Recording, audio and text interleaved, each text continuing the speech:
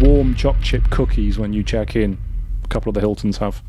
The one in Milton Keynes has it. Yeah, people are talking about that. What relevance is it to hotel stays? I don't know. But people are chatting about it. You know, it says keep calm and buy more tea or something. And I would design one relating to whatever industry they had. You know, so if it was like keep calm and get more leads, you know, or keep calm and, you know, enjoy your SEO. I can't remember what. It's not a very good version of it, you know. Or keep calm and make sure you do the accounts right. Whatever was relevant to their business, I'd send them a version of that. And that's the kind of responsibility that you and I have to be careful of, because we have that power. We could do that if we were so inclined. And you'll see that happen, at least in a sales sense, more than anywhere else when they're shoveling courses. You know, buy my course. Here's some testimonials, right? On today's episode of The Engaging Marketeer, I've got for the first time ever a returning guest. Yes, somebody has actually come back for more. I couldn't believe it either. I'm interviewing Tommi Murshed-Parish, who is a northerner, a Yorkshireman, living on the island of Gozo, where he works remotely as a videographer with clients all over the world. How the hell does he make that work? Very well, as it turns out. Tommi records interviews with businesses' clients and businesses' customers to get testimonials, to get the real reasons of why they like working with you, the real stories about how it's helped them, and the real results. So those are the kind of things that you can't get just by asking for a Google review or asking for a LinkedIn review.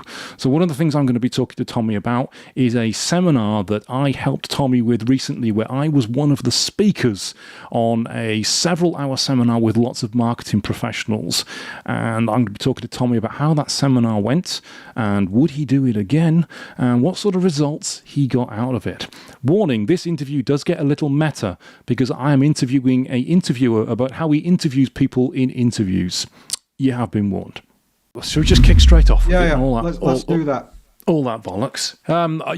You were kind enough to have me as a guest on the seminar that you co-hosted a month or so ago. How did that go for you, and what sort of exposure did you get from doing that? Still measuring the exposure. The one thing I didn't want to happen was that it sucked, and far from sucking. Oh, I don't think it sucked. I think it was great. What are you talking about? I thought it was amazing how everybody brought their, I don't know, performance game to it. Do you know what I mean? I hate using too many Americanisms.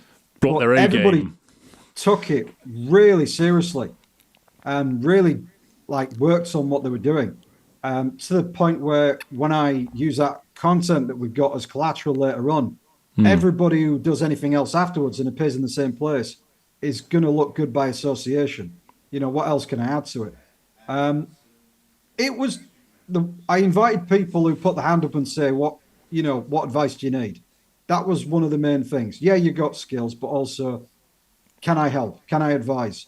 And because there were givers in the room and everybody was a giver, that was a different atmosphere, because everybody wanted to stay involved and give interesting insights, and we had them recorded. So, they're not going anywhere. It was quite it's quite a slick operation that was on, and your co-host there, was it Michael, wasn't it?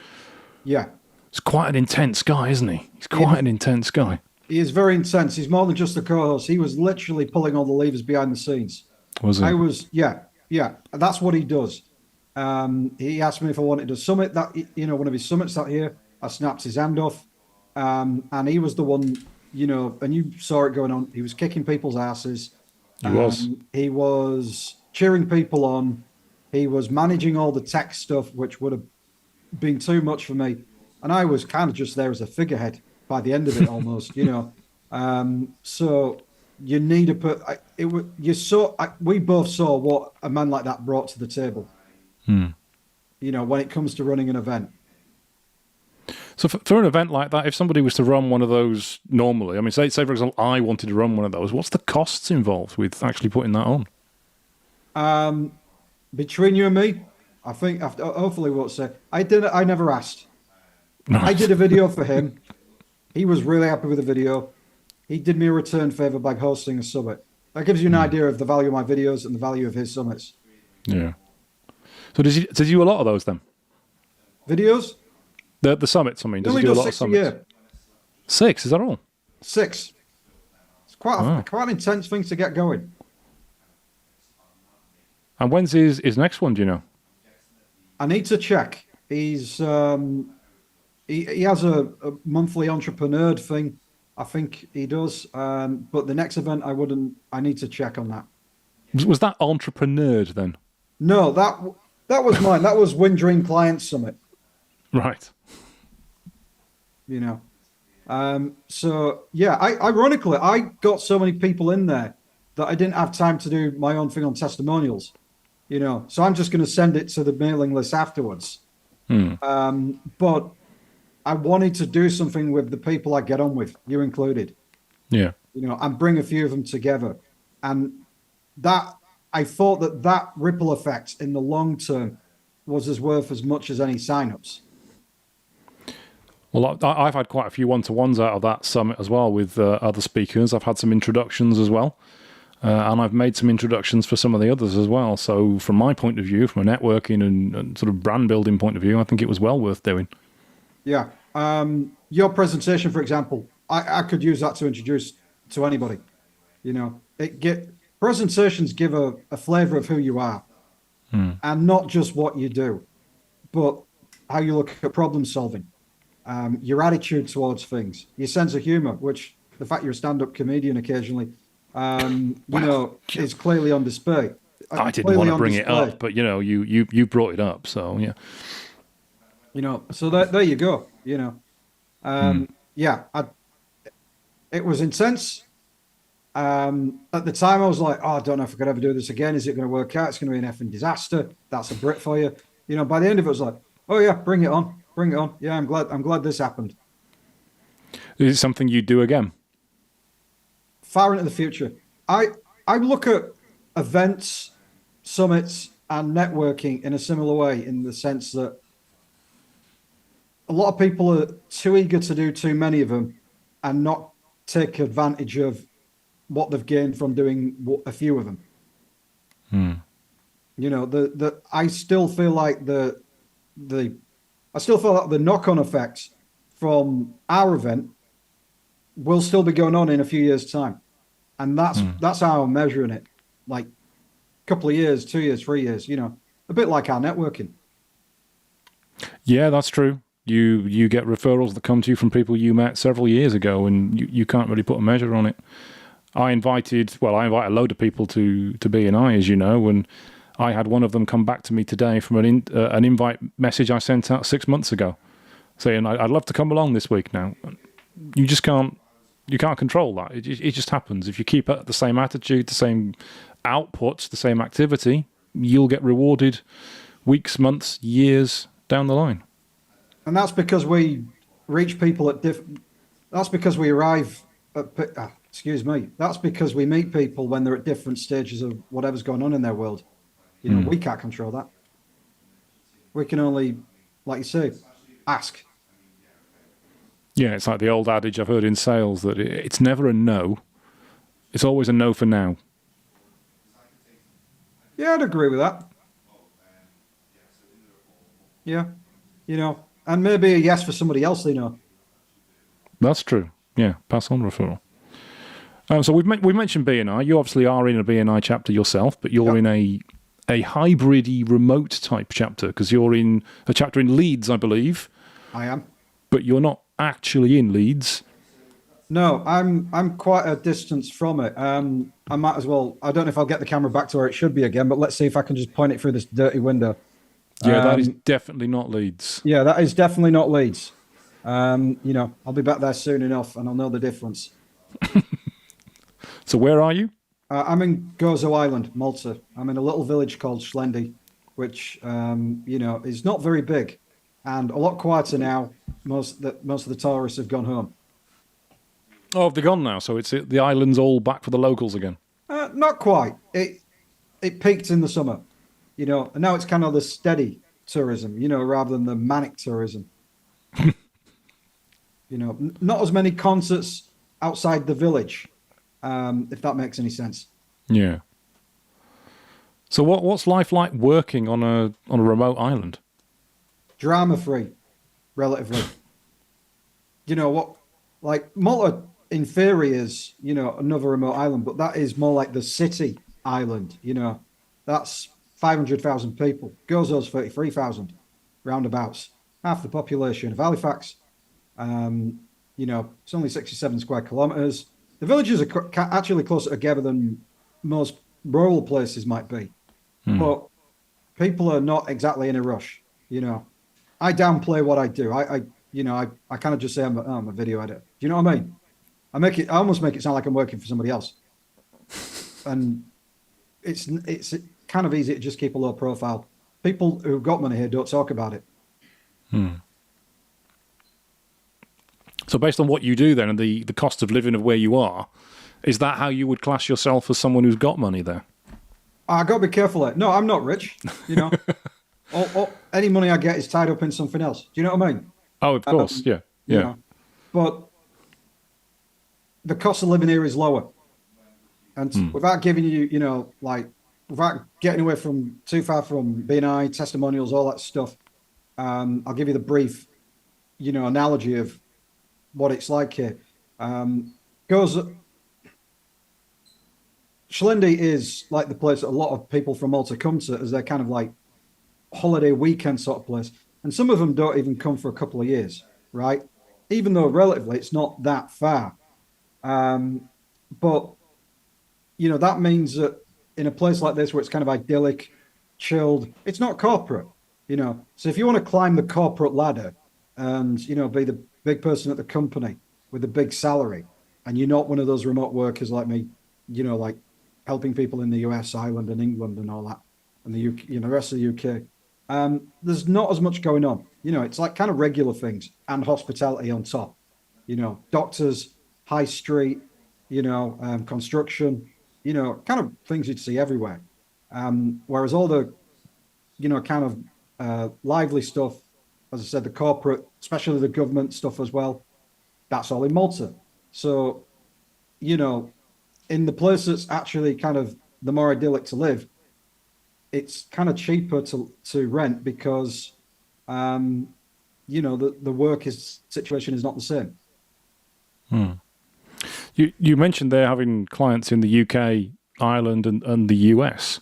So you're effectively living on a remote island and working with clients all over the world. Yeah, I'd say that. And where's the majority of your clients come from? A lot of them from Ireland, a lot of them from England, decent, some of them in the US. It's spread out a little bit more. When I first came here, it was all people I knew from like kind of Leeds, and the whole thing of remote working was necessity. I literally used to travel everywhere to, work with people. And then I couldn't because I was hiding from the pandemic, So I used the laptop, no other choice really. And then that became the thing that, everybody was used to anyway. Nobody really cared. That was, using a laptop rather than a, fancy camera. Oh, so before the pandemic then, you were actually going around and meeting clients face to face and doing video that way? Megabus got a lot of money out of me. Isn't it £1 per trip on the Megabus? Is it shite? No, it hasn't been like that for years. Those are the ads I always see on comedy shows. But anyway.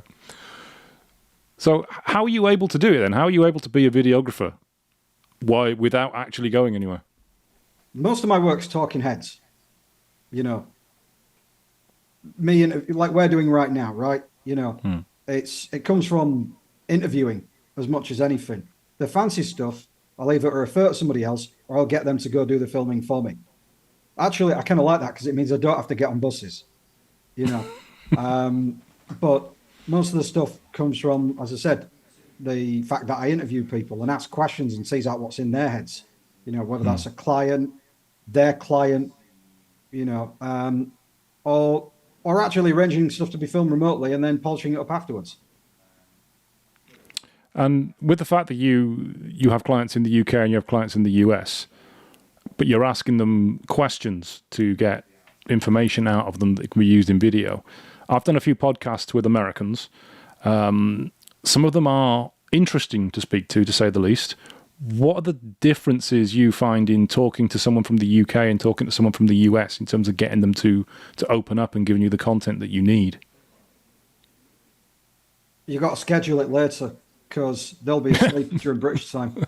Other than that, not a lot. You know, people say that somebody will get nervous, you know, when you put a screen on them.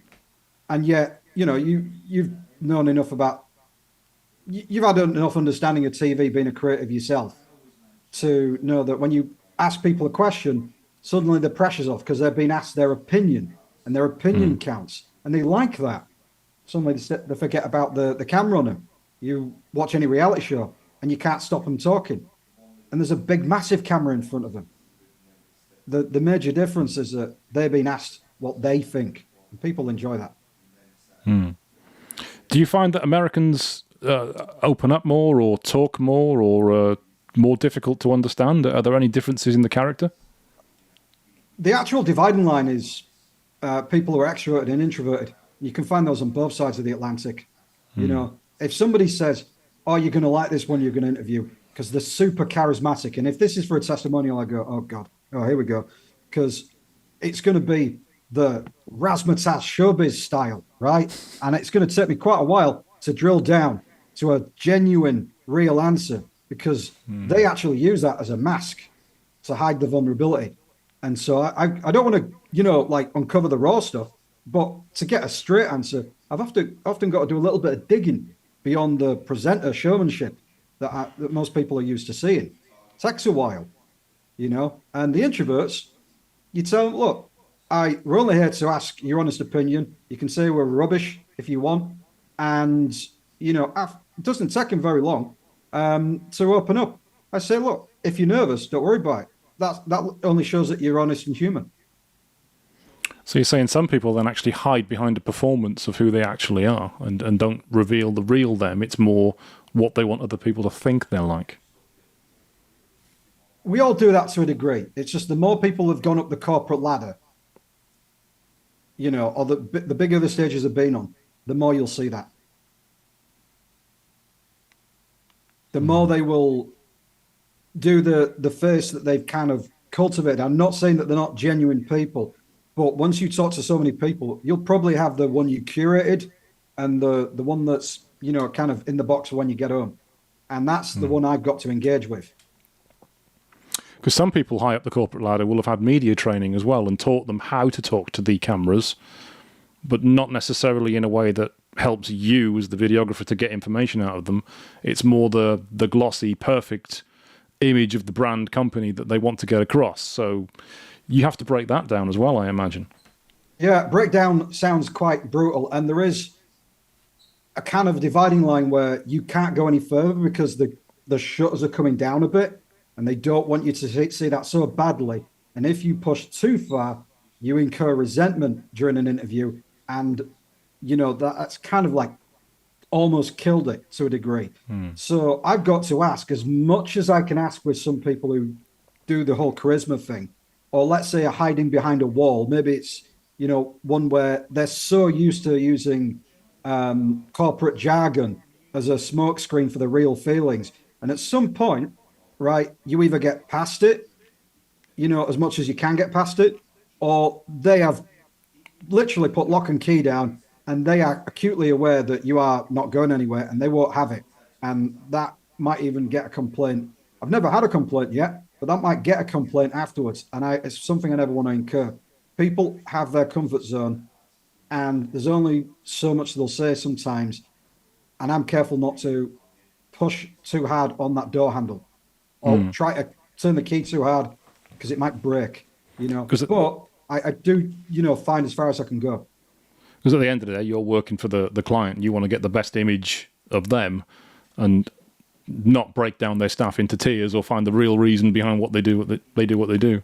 Yeah, and sometimes we're talking about vulnerable things here. You know, I've interviewed patients of therapists who actually paid me rather than the therapist paying me because they wanted to share. You know, but some things there are obvious reasons for some things not being shared.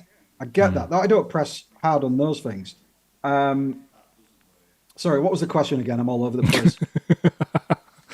It's the fact that you're working for the client, so you don't want to break down the subject when you're speaking to them to get information across that shows the client in a bad light. You want to keep that facade to some degree so that the overall viewer that's supposed to be seeing good things for the client sees what the client wants them to see.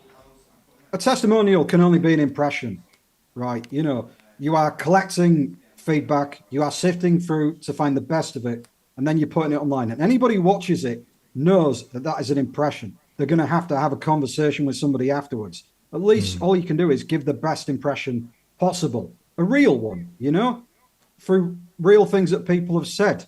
And you've only got a short amount of time to get across what somebody's had to say. So it is a highlights reel.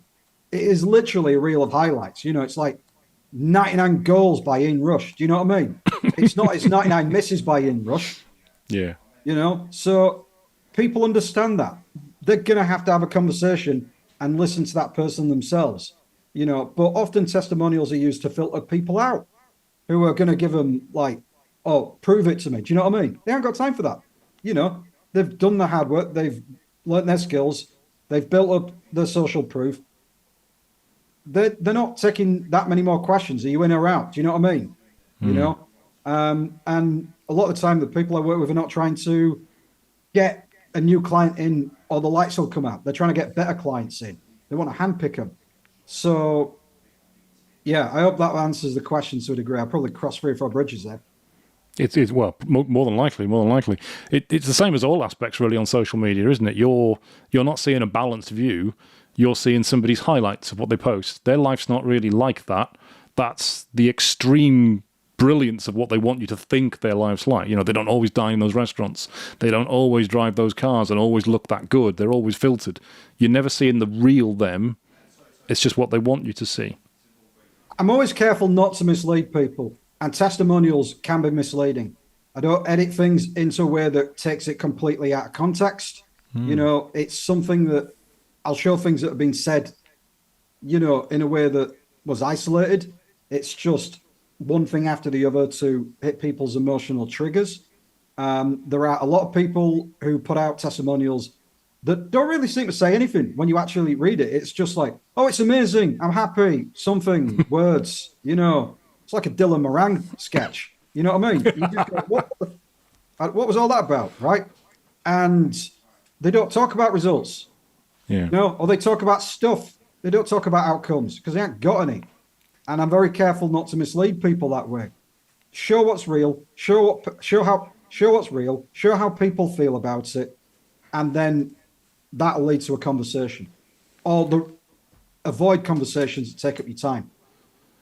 So the best testimonials, as I understand it, I mean, I don't know what your view on this is. The best testimonials show real results. There's no good having a testimonial with somebody, as you say, where they say, oh, yeah, Engage Web, they were brilliant to work with. They were really good, really liked it, and we liked our website at the end of it. It needs to be, we got this return on our investment. We had this many inquiries. We got this much business. There has to be real results to it, or the testimonial is just a little bit wishy-washy at the end of it. There's 2 types of testimonial that have the greatest currency. One is saving somebody from the fire. So it all went to hell. We were in a mess. It was a nightmare. And the fireman came along and turned on the hose. It all came back to normal and we're happy, right? You're not going to remember exactly what that was like in 6 months. So that's the kind of testimonial you get sooner, right? The other one that carries probably even more weight than anything else is the long-term testimonial. You know, yes, you can probably, you know, get some results early in on SEO, for example, and you can have a pretty website and people can say, I like it, and they can do some applause and go, yay. But what really matters is you go back to them in 6 months, a year's time, and you say, how was it going for you? How is your business doing now as a result of that website? Oh, we're getting loads of the kind of clients we want, right? They see the website, they trust us more, the conversations are smoother, and we look like people who should be paid the proper rate. And our business has grown as a result. We keep getting leads in every month, the right kind of leads. We are chuffed to bits. You know, you've helped our business grow. You've saved us time running around like blue-ass flies. We're happy. Thank you, Darren. That's the kind of testimonial that is worth gold. and you get those after 6 months, a year, or longer, depending on what's appropriate. How many businesses do you think on average or percentage are actually doing that and planning their testimonials for 6 months or 12 months down the line? Not enough. And the reason I can tell you is that as soon as they've done the job for the customer, unless they're doing any regular ongoing maintenance, they don't hear from them.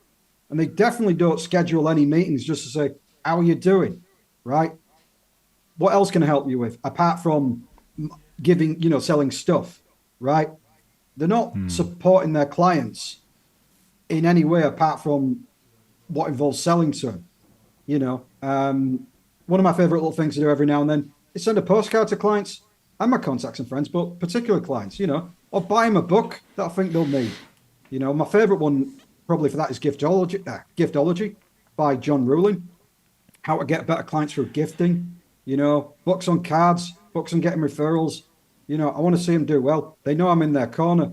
And a lot of people don't cultivate any kind of client relationship apart from a lot of people don't cultivate any client relationship other than ka-ching, they treat them like a bank machine. Just give me 1 second. I've got a phone going off and I left the alarm on.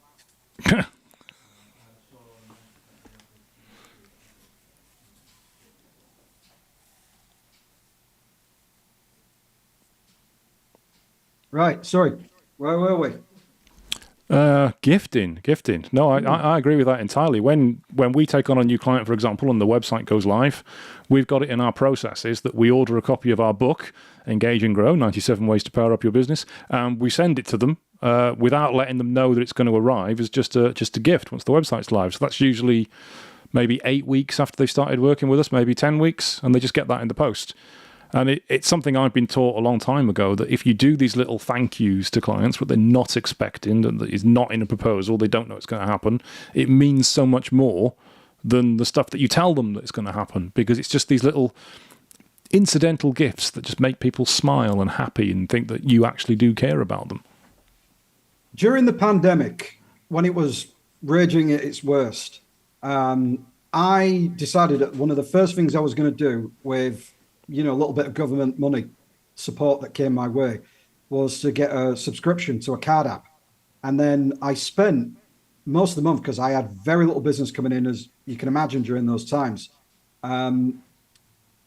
designing personalized cards for people that I liked. I had their addresses, or I Googled them on, through, or I found them through Company's House, or whatever it was if they were American. And I would go on that website, Keep Calms, where it says keep calm and buy more tea or something. And I would design one relating to whatever industry they had, so if it was like keep calm and get more leads, or keep calm and, enjoy your SEO. I can't remember what it's not very a good version of it, or keep calm and make sure you do the accounts right. Whatever was relevant to their business, I'd send them a version of that. Even the Maltese ones, I found a character for the Maltese cross instead of the the British flag, and I used that instead. And I would send that to people in Malta. Usually I'd arrive a few months later, because that's what it's like sometimes with the post around here. And I would go around afterwards, years later, and it would be on their desk. And I went recently to a friend in Warsaw, and I met him at a B&I convention 5 years ago, right? And we finally met up after all that time, and he got the card out, and he'd still had it. It was a picture of a lawyer, like kind of having a pile of papers about to fall over him, or something like that. He had it. People remember this stuff. And that is the kind of thing that increases referrals and makes clients like us more, because we care, It makes them want to stick around and support us as much as we care about them. Yeah. I mean, I've got a real world example of that right today, actually. And I'm showing this to you on here. For those listening, you can't see this. It's a coaster with a Decepticon logo on the one side, and when you turn it over, it's got an Autobot logo on the other side. That was given to me by a member of my B&I chapter who's a tree carver, a chainsaw artist, but he also does laser engraving on wood. And he gave me that as the door prize the other week. And I shared that picture with my my nerd friends, and one of them straight away said, "Wow, that's brilliant. Can he make me a Masters of the Universe Castle Grayskull sword rack for my He-Man power sword?" Yes, I imagine he probably can. So that's a referral straight into him because he gave me that little gift. Now, that wouldn't have taken him long to do. It's a fantastic little thing. I love it. I'm going to share that with everybody. He's probably going to get more referrals out of that because the kind of people that are going to see it when I just tout it around social media and show people it. So he'll get work just through doing that. Brilliant. It reminds me of what you told me. Reminds me of a podcast I heard by an author of a book called Trigger Talks, and he said that what they try to advise is getting people to talk about your business in a positive way, but through like quirky little things like that. I can't remember what hotel exactly it was, but apparently the Doubletree Hilton has certain kind of chocolate. I think I've heard that the Doubletree Hilton has like chocolate waffles or something, right?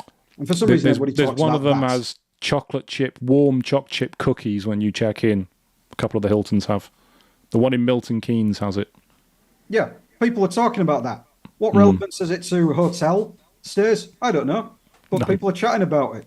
And suddenly somebody sees it and goes, like, "Oh, he did me a Autobot on Decepticon course." And I was like, "What?" Right? Conversations happen randomly as a result. It's kind of I wouldn't call it marketing because it's more caring than that, but it does get people talking about us, and that is not a bad long-term thing to have if you're doing it in the right way. Yeah. There's nothing wrong with people talking about you. As the old phrase goes, the worst thing is when people aren't talking about you. Yeah, I'd agree with that. You mentioned earlier on when you're filming a testimonial that you're very careful not to misrepresent. And I've seen this before because with editing video, you've got a lot of power. You can edit the same video to say exactly the opposite thing to what you want to say. Because I first experienced this in film school. I don't know whether I've told you this story before. One of the lecturers in film school showed us this newsreel, which he'd recorded off the TV the night before. This was like 1997, and it looked like there was a war breaking out on the news, and we were all worried about this because there was like gunshots and explosions going on this newsreel. Because he asked us, "What does it seem that's going on there?" And they played the same newsreel again afterwards, with the sound effects removed that he'd put on. So it was exactly the same newsreel, but there was no explosions, there were no gunshots. The whole thing he'd manufactured just to make it look like that, to show us that through editing and through sound, you can tell a completely different story. So the power of what the editor has with film and video, it is frightening. There's a lot of responsibility on what you do. Yeah, and then some. I tend to keep my own testimonials not too flashy. I like them clear on the video and sound, but I don't have too much razzmatazz in there, if possible, because one, it can breed a little cynicism, and two, I kind of want to gain people's trust by I want to gain people's trust by making it look a little bit basic. Take for example, look at my office. It's the CDs all over the place, right? If somebody was interviewing me for a testimonial, and this is what it looked like, there's even a bed, in the corner, right? I had noticed that. Yeah. It wouldn't. There's no room for it in my other bedroom, right? So, and often people crash there, or I do anyway when I get kicked out. But you wouldn't doubt for a minute that this isn't a real place. Do you know what I mean? A real person behind it. I'm not saying that I'm AI'd up or anything, but it kind of just adds a little bit of, grim reality to it. Maybe not too grim. Authenticity. Yeah. Big words. And but northern realism.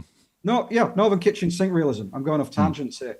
But in terms of editing, I might, in terms of editing a testimonial to be in terms of editing a testimonial in a way that comes across as real, I will take pieces out, but I will not rearrange sentences to sound like a completely different sentence.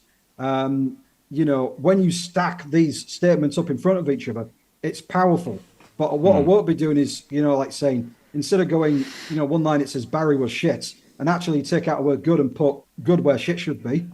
Yeah. That ain't going on. Do you know what I mean? And a lot of people will do anything to get a sale because they're selling to punters, who are kind of looking desperately for somebody to save them from the fire. And usually the most manipulative of testimonials are aiming at the most desperate of people. Well, on that, as you were saying that, I was just thinking about something I saw on social media yesterday. This is mid-September when we're recording this. I think it's December when it's going out. So all of this will have gone by then. Well, possibly.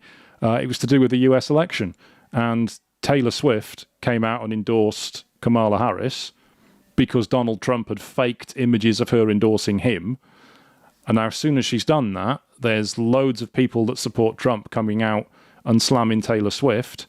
Somebody shared a photograph of Taylor Swift in tears on social media this week, saying that she's lost $150 million worth of merchandise sales since endorsing Kamala Harris. Look how upset she is. She clearly didn't judge that well. But the photograph of her crying was taken after a small child died of cancer that she was supporting. Nothing to do with anything about merchandise or Donald Trump, and it was ages ago. The parent of the child responsible then complained on Twitter that the picture of Taylor Swift weeping over their child that died, demanding that this photo had been taken down. So the whole thing is shown out of context to influence people, as you say, that are the desperate to believe it and support it and vote for somebody that they want them to vote for. It's the editor or the photographer or the social media person manipulating the power and the influence that they've got to get others to think something is real when it isn't. And that's the kind of responsibility that you and I have to be careful of, because we have that power. We could do that if we were so inclined. And you'll see that happen, at least in a sales sense, more than anywhere else when they're shoveling courses. Buy my course. Here's some testimonials, right? And those testimonials, would you pay attention to a word they're saying? No. But a lot of people would, because they're like, save me. I know that if I just pay this 2,000 quid to you, I know that all my problems will be solved. You know what I mean? Ty Lopez and the likes, and yeah, what can you say about it? And, one of my obviously chief concerns going forward is that as the more deepfake stuff comes in and the lines get blurred to a lot of eyes between what's real and what's not, is making sure there is a distinct line between what's real and not what is not in my own work. And what I found is, and I will still maintain, is that people are more interesting than a machine. Are more weird than a machine. You can type into a machine, like be weird, be quirky, you pretend you're like a human. And at some point, people might not know, two machines might talk to each other and not know who is who, right? But from experience, people are weird and quirky and beautiful.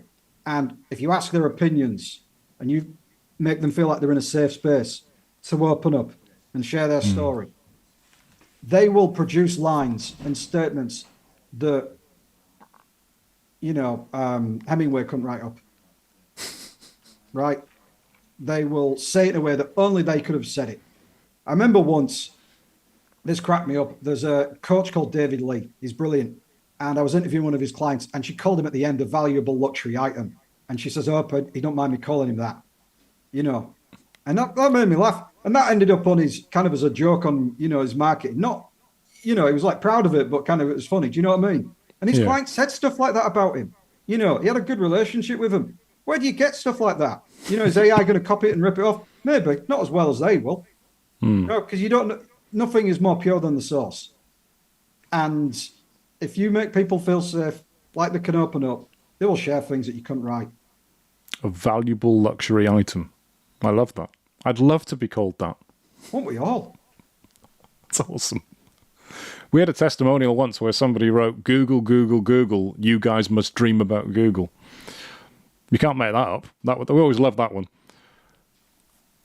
Yeah, again, people are just funny and weird. And that actually reflects, a good testimonial reflects the relationship you have with a client. It's not just, oh, I wanted, like 300 leads. I got 300 leads. I am pleased. You will find that the better the relationship that somebody has with a client over time, and the more kind of, not necessarily friendliness, but just mutual respect that they have, it'll come through in the way that they talk about each other, in the way they're comfortable talking about each other. And that is something that makes a testimonial feel real and pure and honest. Well, that's the key, isn't it? If you as a business email your client and ask them to write you a testimonial, write you a Google review, or write you something on LinkedIn, they're going to give you that formulaic nonsense, usually. I was recommended to speak with this company and they were brilliant. They exceeded my expectations. I would recommend it to anybody who wants what they do. That kind of bollocks. Whereas if they are having an honest conversation with someone, they will come out with the weird and wacky stuff that you're talking about that they'll never otherwise get. And that's what you do, isn't it? You have those conversations with businesses' clients to get those weird and wacky testimonials out of them that they wouldn't get any other way. Yeah, and there's a few things to unpack from that. So first is that, like you say, when they're writing, it's different because when we're writing, especially typing, our brain is filtering things out as they hit the keys. Oh no, can't say that. That's not right. Wait a minute. Let's do that, right? So we're already in presentation mode, whereas in a conversation, we're just shooting from the hip a lot of the time. Sorry, I've lost my train of thought because I've been doing this all day. The other thing you said is conversation. Yeah. If you're in conversation with somebody, it's different as if you're talking to an app that self-records it. And there's a few of those. And don't get me wrong, they're an item of last resort and they exist for a reason, right? But most of the time, they won't give you the same thing as if you're having a two-way conversation with somebody and they're teasing out, the information from you and making you feel like you're in a safe space. To the point when I am on the call with people's clients, I actually don't wear this, right? This is just what I do, when I'm chilling out. This is my Joy Division thing. Do you know what I mean? That's your chilling out shirt and tie. Yeah, I wear shirts and tie to chill out because I saw him in kitchen sink movies. Albert Finney, things like that when he was falling down the stairs drunk. Right, okay. I don't drink, But when I'm with clients, when I'm with other people, when I'm with the clients of my clients, I'm in a hoodie. I'm kind of slightly like the disheveled professor, not like looking like a tramp or anything, but just kind of like here, let me think. Do you know what I mean? Like, oh, here's a question. I'm kind of like playing on that, I'm kind of playing on that. I don't have it all together, but here's a thought, right? So they feel like they're having somebody a conversation with who's not like Columbo, too concerned about how he looks, so they can be not too concerned about how they're coming across. Yeah. And they open up more as a result. Whereas when you are getting all formal about it, it feels like you're in the interrogation room at Harold's police station. So you disarm them with your appearance, and the shirt and tie is for me today. Actually, I just felt like it. I was in a good mood. We've known each other long enough. Yeah, we've known each other long enough, so you've dressed up. That's that's the opposite way it's meant to go. But that's okay. That's okay. You do you. That's fine. So what sort of questions do you ask? This is weird. This is like a meta interview now, isn't it? What questions do you ask people to get them to open up and give you the answers that you want for your clients? Results oriented, first of all. How they feel about those results, what those results have done for their lives. Money is just an end in many cases, and it's not the only thing. Time back, people will pay for that. Stress reduction, people are looking after their health. How has their health improved? You know what I mean? One of my clients is my trainer, my fitness trainer in California. His clients aren't wanting to talk about how rich they are. Their wealth is in terms of like how they've been able to wander about and go to the shopping mall and see family again. Do you know what I mean? And got their life back. questions that are open, so it's not yes or no stuff, questions where they feel like they've got something to share, like, well, I often encourage them in the way I ask, what's your numero uno favorite thing that you've had about, what's your numero uno favorite thing that you've had from working with them? And, I've got to pick something. What can I pick? Do you know what I mean? Stuff that encourages them. What did you get from working with them that you didn't expect? Give me 3 things that you would like, give me 3 words or phrases that would describe the experience, stuff that makes them feel like they're giving opinions here. Do you know what I mean? If somebody says, I got loads of money. Oh, great. What did you do with that money? Right? If you got loads of time back, great. What did you do with that time back? Do you know what I mean? Somebody once got money, or somebody once told me in an interview that they had more money, and that meant the wife could retire and they could see the kids more. And then I went out on and asked them, how does it feel, to be spending more time with the family? And that is one of the best questions you can ask if you get a good result mentioned during a testimonial is, how did that make you feel, right? Because people just think it stops with the result. No, why does that result matter? And feel is a word that people love to talk about, because people love to talk about their feelings.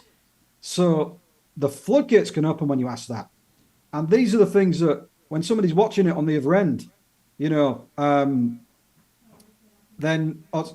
when these are the kind of things that when somebody's watching it at the other end, they think, I want that.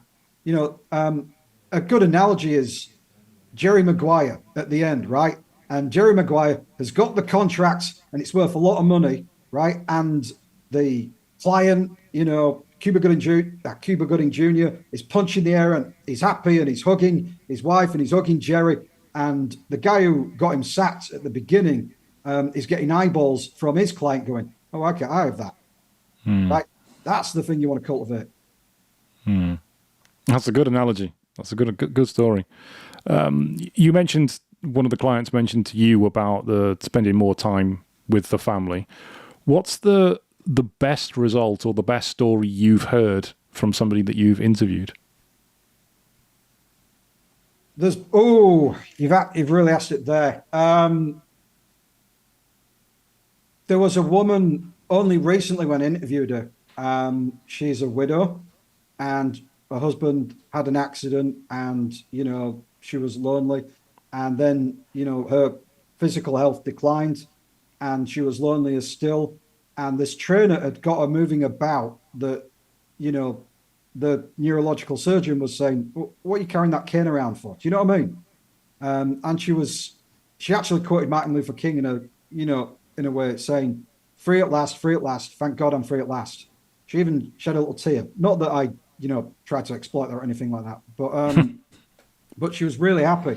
And a lot of people actually really like a good testimonial interview if the right questions are asked, because it gets them to reflect on all the good that's happened in their world. And when a lot of good has happened in it, you can see them light up and think, you know what? I've had a decent life. It's like that James, oh bloody hell, I've forgotten the name of the actor now. James Stewart movie.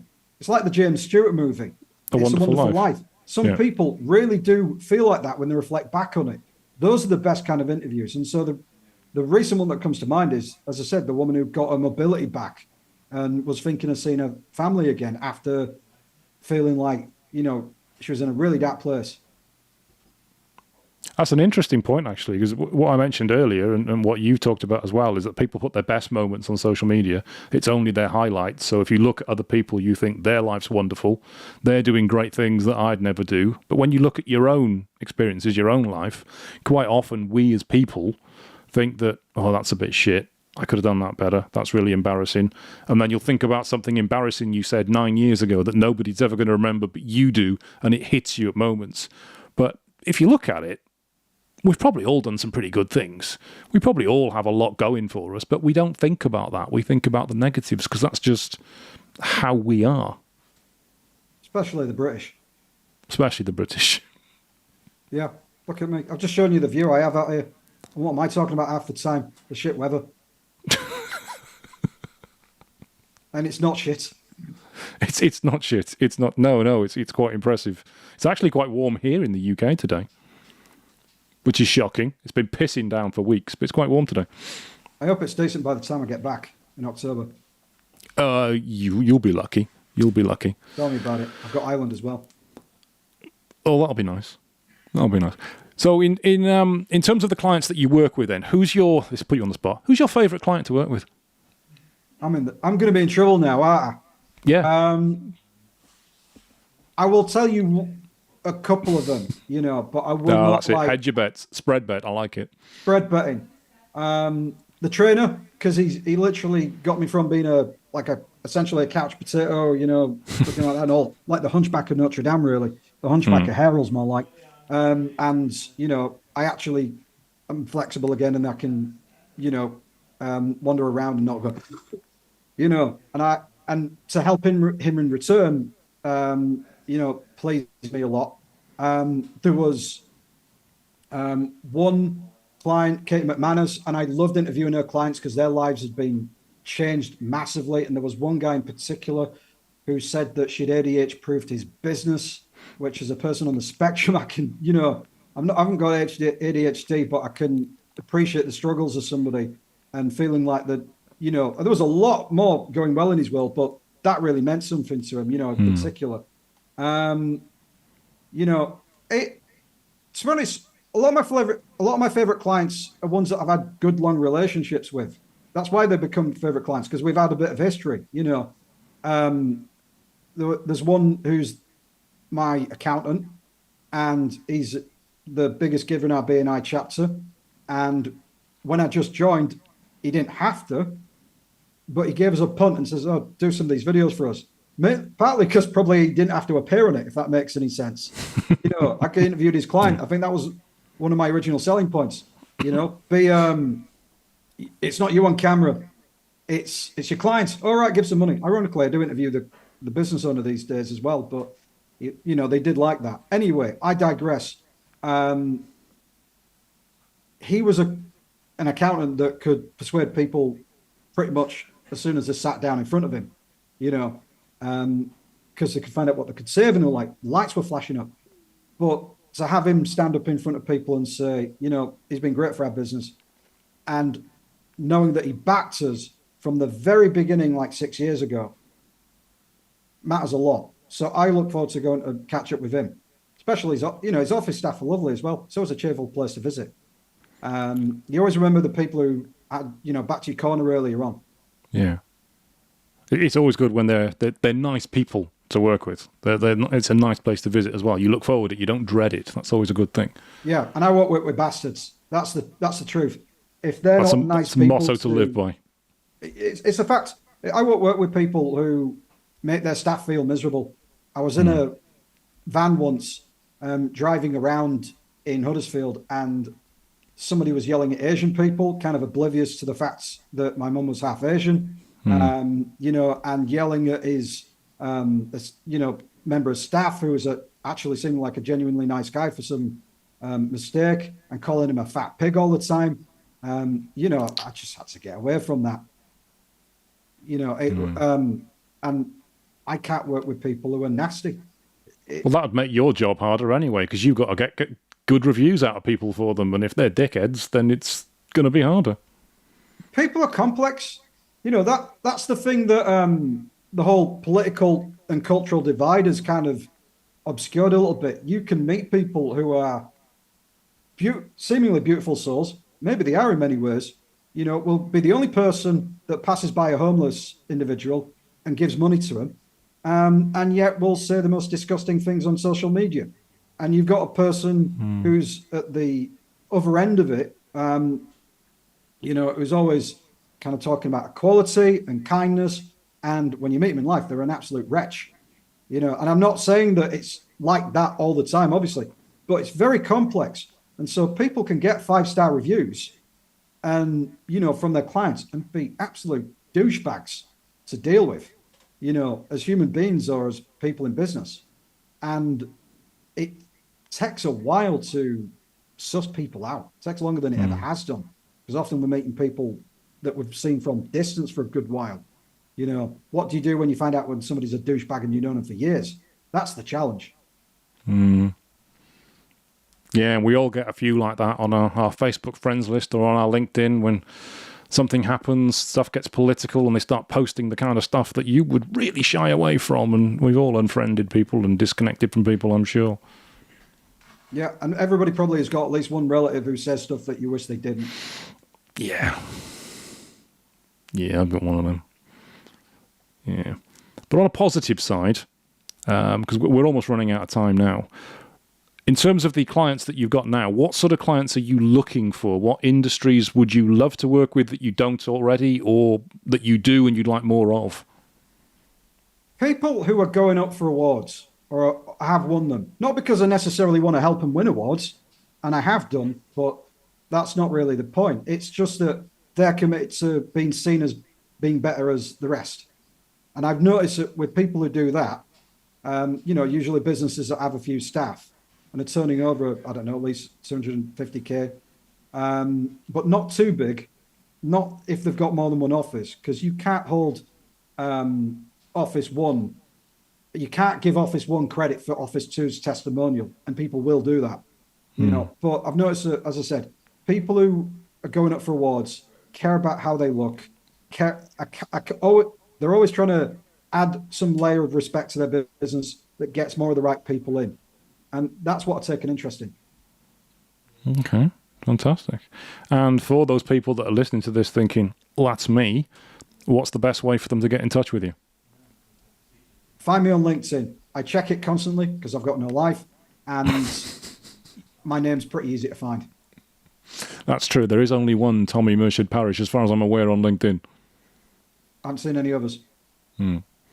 Tommy, it's been a pleasure once again. Thank you. Thank you.